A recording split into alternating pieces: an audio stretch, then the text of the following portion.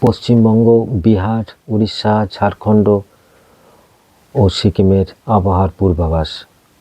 আজ 26শে ডিসেম্বর 2023। পশ্চিমবঙ্গের আবহাওয়া মোটামুটি শুষ্ক থাকবে।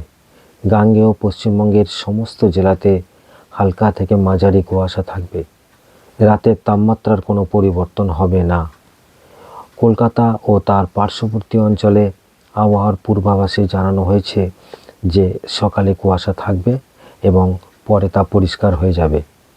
সর্বোচ্চ তাপমাত্রা 26 ডিগ্রি সেলসিয়াস এবং সর্বনিম্ন তাপমাত্রা 16 ডিগ্রি সেলসিয়াসের আশেপাশে থাকবে।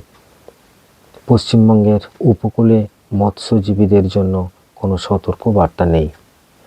আন্দামান ও নিকোবর দ্বীপপুঞ্জের বেশ কিছু জায়গায় বজ্র বিদ্যুৎ সহ বৃষ্টির সম্ভাবনা রয়েছে।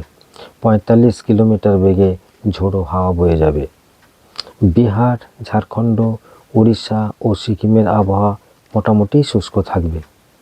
প্রতিদিন সেই দিনের জলহার খবর জানার জন্য চ্যানেলের সঙ্গে থাকবেন।